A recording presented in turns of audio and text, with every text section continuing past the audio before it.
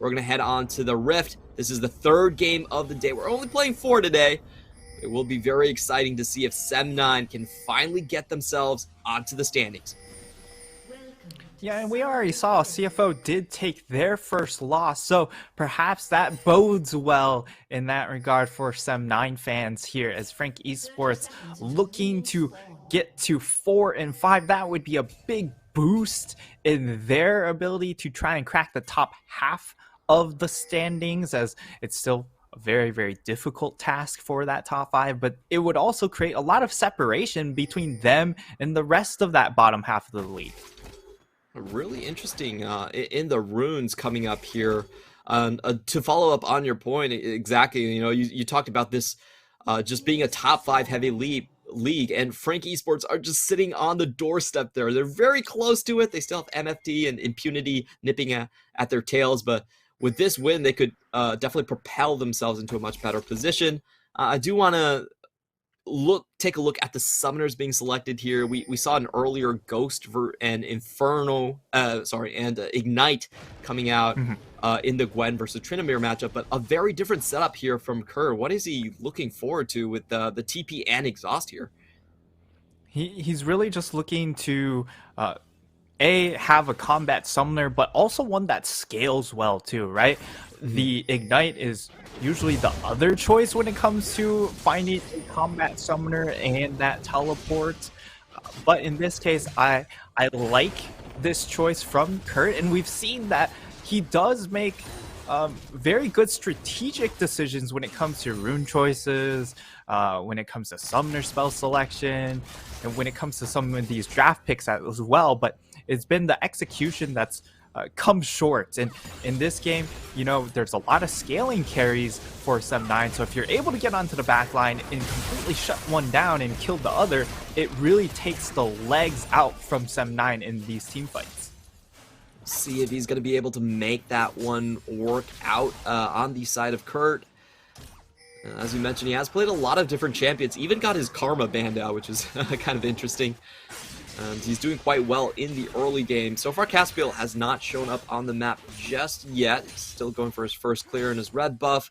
Caspiel is a player that I absolutely adore on Xin Zhao. I've seen him play in 2018 in Singapore, and when he was still on the Kuala Lumpur Hunters, and his Tryndamere, his Xin Zhao was a thing of beauty. He was diving in all the way. It was no stops. He was building Triforces and making life absolute hell for his opponents. Definitely one of the most aggressive Xin Zhaos that we've seen, and this is a champion that he's actually built a reputation on, so we'll see if he can get something here as he dodges out of the Scryer's Bloom. Is still going to get spotted in the end, but some nifty footwork there, and we do have Hollow just giving over the Scuttle, even though he has a level lead. Yeah, and it should be a double Scuttle in that regard if they really want it, although Caspiel could get found out here and maybe cut off here by Hollow, but he will hit level 4.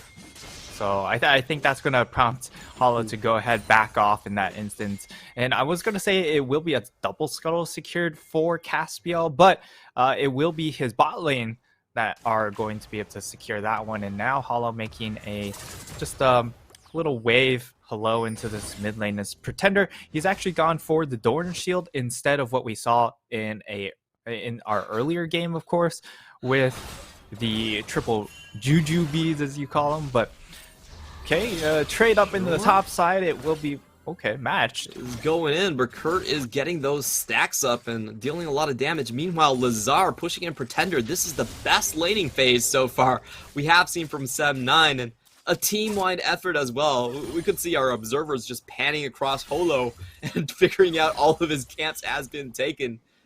So far, so good for SEM9, even though it looks like it will swing back into Kurt's favor after that trade. Yeah, able to hold up during the first 5 minutes at the very least for SEM9. They also haven't had to pull their support for an early roam into that mid lane, which is great.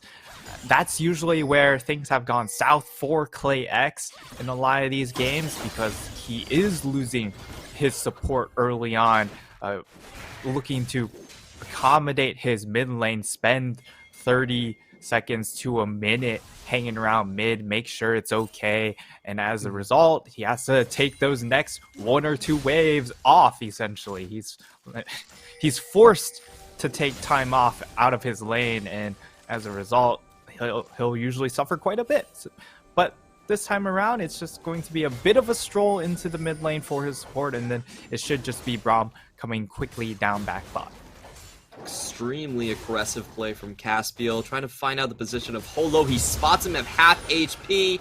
Holo will pop back to full after the smite, but the fight is on. This will be a 3v3 Level back 6 and on forth. Lazar. Holo dodges out on the wind, becomes lightning, Holo's back in, 3v2. and Kurt is coming in with the needlework. Can they find the first kill? No, first blood over to Lazar and SEM9. A great shockwave. Good shockwave. Onto 2.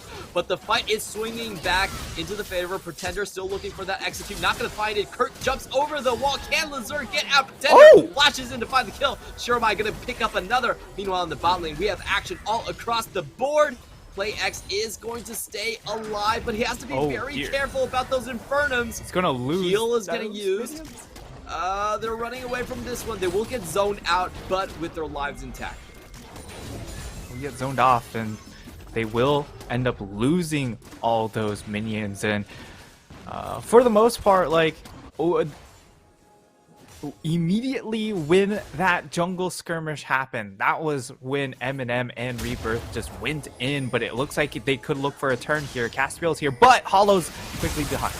Caspiel has to find his way back to the dual lane. Can he find the kill before this goes through? Caspiel will get the kill. Delia jumps out.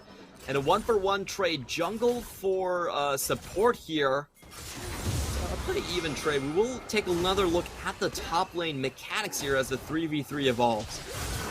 Yeah, and Lazar's here faster, but because of, I feel like, how overly patient he is with this ultimate, while he hits a nice 2-man ultimate here, the kill could have come down onto Hollow that much faster, and the amount of damage he was able to output, I feel like that made this fight a lot closer than what it should have, and it ends up being a 2-for-2 trade, which is, I think, really just the best opportunity here. Lazar dodges out on the ultimate, but still gonna get pushed in. He's nowhere to go here. Gets a 3-man shockwave, but it's only for looks. He does go down, and I think Pretender is very happy with this game. You know, in terms of the gold trade, SEM9 actually won out on the skirmish, but because of the kill distribution, it's very hard to say that that was actually a net positive for them.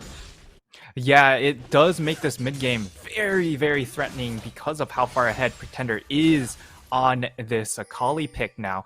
And even more importantly, Lazar doesn't have his flash, so that will be a key summoner, of course, to keep track of approaching this mountain dragon. Of course, he'll have the summoner back up before the dragon spawns, but at the same time, you can certainly imagine Frank Esports really take full advantage of this summoner difference to try and turn that 2 deaths to maybe 3 or 4. Taking a look at the bottom lane in the meantime, Eminem, they do have the level 6 advantage, and just looking for that chance to go in. Doesn't seem like they're going to find it, as SEM9's bot lane is finally going to tick over to level 6, at least onto PlayX. Rebirth trying to get an angle, does find Felia. Moonlight Vigil goes down, but not enough damage just yet to finish him off, and SEM9 will take this opportunity to go onto Herald. They are spotted. Holo coming in, trying to get the smite down, and will come down to a smite fight. Doesn't matter for the smite necessarily, but Holo will find the steal. Very well done, and now Kurt trying to get the needlework, finds it onto 2. With the chase down, Caspiel has nowhere to go. Pretender goes in with those 3 kills. Caspiel already down. They do find Holo, but it doesn't matter. The real threat is onto Pretender. Shiromai gonna get the Gwen as well. Double kill. So it will be a 1-for-2. Can Lazar get that shutdown? He's hunting for it. He's willing to take tower shots, but it's not enough damage. Pretender saves his life and keeps that 300 gold bounty away from the enemy. It almost looked like there was perhaps an opportunity for Pretender to just turn that kill as Lazar tanked that tower, but he decides not to take the opportunity, instead protecting his bounty, which I think makes a lot of sense in that regard. But we get to see the replay on this, as this time around this Lazar 3-man shockwave does have impact.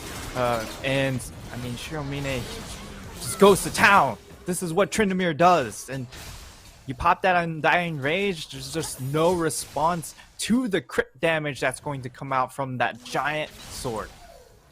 Great sustained damage being dealt right there, and Gwen really didn't have much recourse with the needlework used to engage. We're gonna watch Frank Esports just push down this tower. Not a lot that SEM9 could do, but they have a 3-man in position. On bot lane. Ooh, yeah, this is gonna get pretty risky. Lazar's coming though. Lazar doesn't make it all the way, and now he might find it a little bit difficult as we have Frank Esports sending a 4-man potentially into the mid lane. Let's see if Pretender is going to go aggressive here. Does get tagged. They're going to try and force the flash out again. Oh, it's such a difficult position for him. Polo into the back with Decimating Smash. The flash does succeed, and Shockwave keeps him alive for just a while longer. He dodges out on the snip and keeps himself alive. Well done. Ooh, Rocket also goes wide, so unfortunately ClayX unable to cash in on a low health Hecarim, but Shiromine once again starts going to town, does Tryndamere things, and this is why PCS Tryndamere has been so frightening. Shiromine with his dancing shoes bought a lot of time for the rest of his team, and now they find themselves against Frank Esports that have to reset. That's 2 members off of the map, while SEM9 are congregating onto the top side. That was a good read. Polo's gonna get spotted out, and this time there is no smite to save him. Caspio falls up. Oh, gets the smite back and will survive with the extra HP, but how will Kurt get out of this? No exhaust, Wave getting shoved in here. He's gonna have to outplay very hard here in this 4v1. Thoughts and prayers for Kurt, but can he make it out of this? Hollowed Mist is gonna buy a lot of time, does get stunned up. He falls down, Pretender in to try and pick off the kills. Oh, they will find the hook! Rebirth with the plays! And that's gonna be a very fed Akali as he goes up to 4 kills. Oh my lord. If you're looking for a carry performance from Pretender, this has to be it here. 4 kills already tossed into his hands on the Akali. He has a CS advantage. He has the Proto Belt already completed. Now Eminem looking to 1v1. PlayX, that's not the turn you want to make. Flashes, heals, and stays alive. Last auto attack would have sealed the deal, but he gets to walk out. Yeah, really nicely done from both AD carries in that play. Eminem taking the aggressive stance, being able to make the play first off, but also ClayX being able to survive. And it feels like that's what we always highlight on ClayX and his ability to try and survive really dicey situations, because he's always put into them due to the nature of his team trying to make plays elsewhere. Yeah, that was so incredibly lucky. Oh, now we get to see the replay. That hook! Boom! It's disgusting. Beautiful stuff. Just coming over the wall. No hesitation.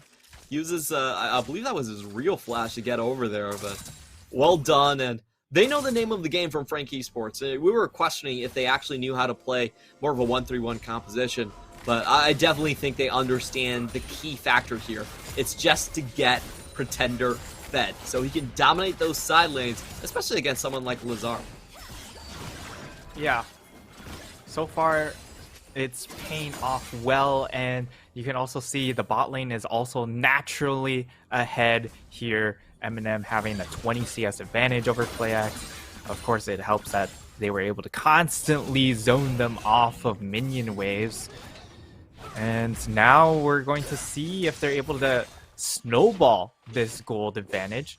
So far, it's 2.5k gold, but can they close the deal? Can they find that big fight around third dragon, which is going to be really what this game is going to come down to?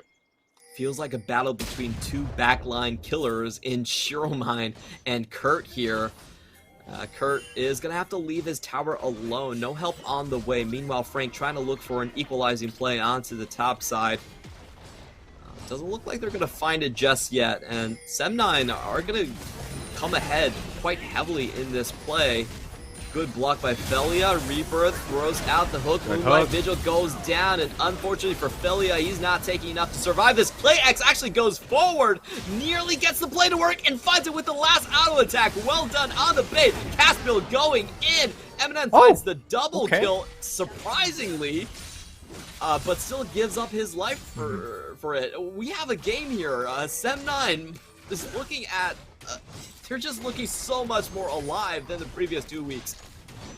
Yeah, and we talked about if the game ever slows down, SEM9 have the ability to try and make some of these plays, and they also have the composition to their advantage, right? We talked about if this ends up being a slow game, they have Jinx, they have Orianna, they have Tryndamere, and I mean, their peel tools are solid in the Braum pick along with the Xin, of course. In this situation, it was a really nice pick coming in and really nice play from Rebirth and Eminem. Rebirth constantly tanking tower, but unfortunately he tanks one too much that gets him low enough to allow for that first reset to come through. At the very least, Eminem able to trade out 1-for-1. He knows he doesn't have summoners, so that's really the best option he has in that moment, and he's able to cash out on that in that regard. Now SEM9, like when they get to play call around Caspiel, I feel like Caspiel kind of micromanages them, like, hey, I need you here, I need you here. Then it feels like a slow game benefits them even more, right? Because then you don't get into these hectic situations where players have to decide for themselves. You can always allow then for your jungler to direct traffic. We do have Caspiel as kind of the veteran member of this team. Has been playing for a very long time. Well-known name in his home country. And we see him on the map leading the charge around with the Orianna ball onto him. So very explosive and decisive team fights coming out from SEM9. There was a bit of a scuffle that we saw on the Herald. Shiromine did have to burn his Undying Rage, but does get out of it. And after the reset, I believe we're going to have another big fight here. It doesn't seem like Frank Esports are going to be able to walk away from this one completely unscathed. Maybe I'm wrong. Despite all the vision there, SEM9 off the reset are going to decide to go for the Drake instead of contesting this one. Yeah, if I am the side of SEM9, I am very willing to go ahead trade this third dragon for that Herald, because if you do concede this next dragon, it makes your next fight even more forced, where all of a sudden Frank Esports have really all the options available to them. When that fourth dragon will spawn, if they have the first three, they can go ahead, trade it out for Baron buff, which is still a big win, especially for a tempo comp. You want that Baron buff to try and end the game, but SEM9, they're setting up a death push. We'll see if anyone's actually interested in coming to die. Well, there's a lot of people interested, but I don't think they're coming to die. They're coming to envelop SEM9. SEM9 actually backs out of that one before any of the crowd control can go down, and a big fight is brewing for this third Drake. It will be an Ocean Soul going down. Very valuable for both of these teams here. And this is going to be the first pitch battle that we have in the entire game. No more skirmishes, straight onto the 5v5. Lazar will get spotted out on the banana brush here, but Caspiel has that Orianna ball, and he's going directly in onto Holo. Holo dodges out onto the slow, and in goes Rebirth into the backline, gets a triple with the ultimate. Pretender still trying to find an angle. Meanwhile, Caspiel getting pretty low, and now Frank Esports do control the river. Well played by Rebirth.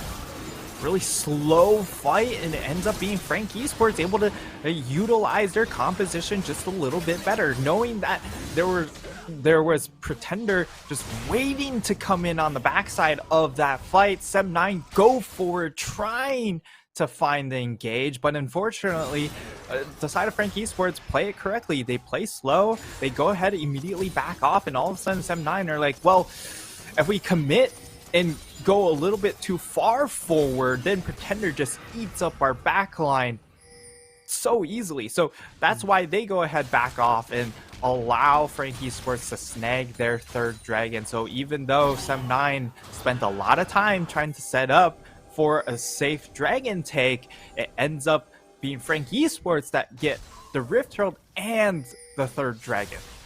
No losses whatsoever. Just so well done. You could tell that SEM9 were trying to push things before the flank came in and Pretender was in position. But Frank, they read that correctly. They dangled the tankiest member right in front of SEM9. So Caspiel, he was like, well, I gotta go now or Akali's coming in. And that target's just not killable for them.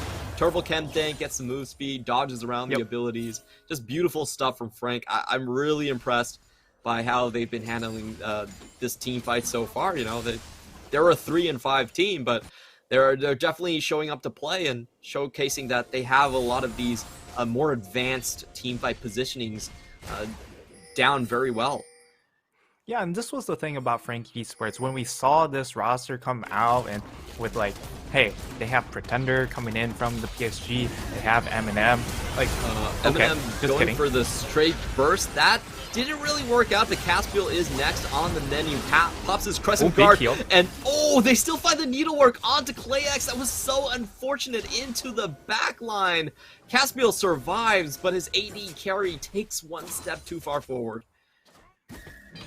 A nice little pick there coming in from Frank Esports, and right now the dive is just very, very threatening, and they're really playing well around that dive pressure at the moment, and they're third on Rift Herald. It should be 2 towers, and no health loss on Shelly, which will guarantee this second charge, and we'll see what the defense is coming in from SEM9. Do they go in? Second tower down, and SEM9 are running away as their opponents have the numbers advantage. Meanwhile, Pretender getting in onto Shiromine. They both have 4 kills at this point. Undying Rage already used. Pretender trying to kite this one out and go back in. Oh, that was such a beautiful outplay from Pretender. Keeps 60% of his HP and even flashes the emote. Yeah, just a lot of patience coming in from Pretender on the Akali. He knows that he has the matchup advantage against Tryndamere. As long as he stays mindful of his cooldowns, Shiromine is going to be forced to expend the Tryndamere ultimate prematurely because of how much burst damage can be possible from a pick like Akali that is so far ahead. And we get to see the replay here. Pretender just has a nice angle, even though 2 levels down, mind you. Yeah. But, you know, playing it very well, spaces well.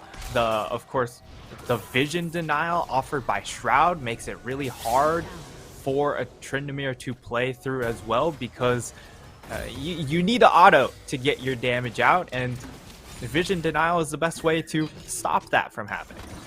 Absolutely beautiful stuff coming in from Pretender. I don't think a lot of my colleagues would have went into that one down 2 levels and been as confident as Pretender was able to play that one. Love to watch that.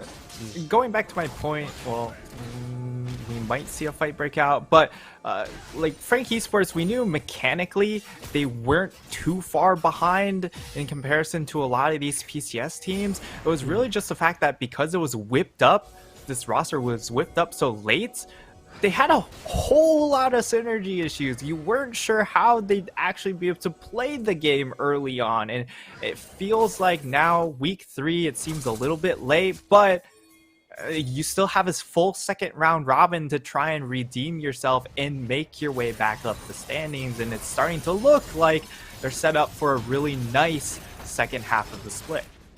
That's really on you, Frank. Why didn't you build this team a little bit sooner? You could have bought in the spot a lot. I'm a procrastinator. What can I tell you, Clement?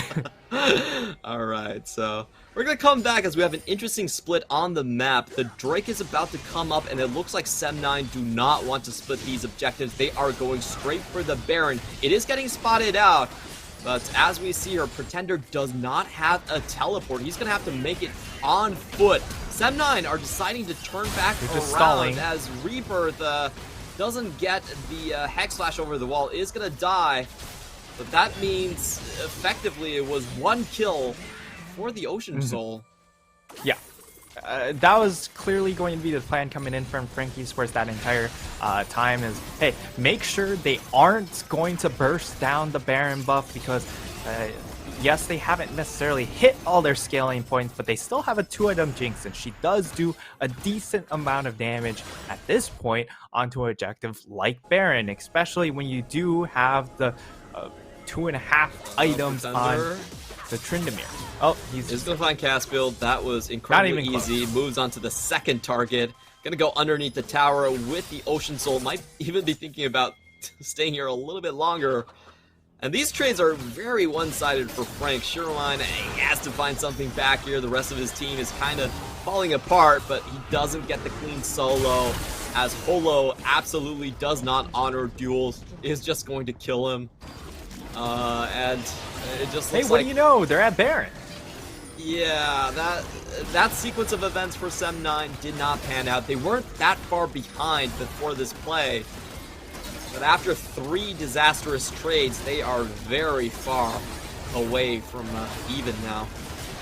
Yeah, and with that Ocean Soul, it's almost impossible for the side of SEM9 to get back into this game because there's going to be so much healing. I would say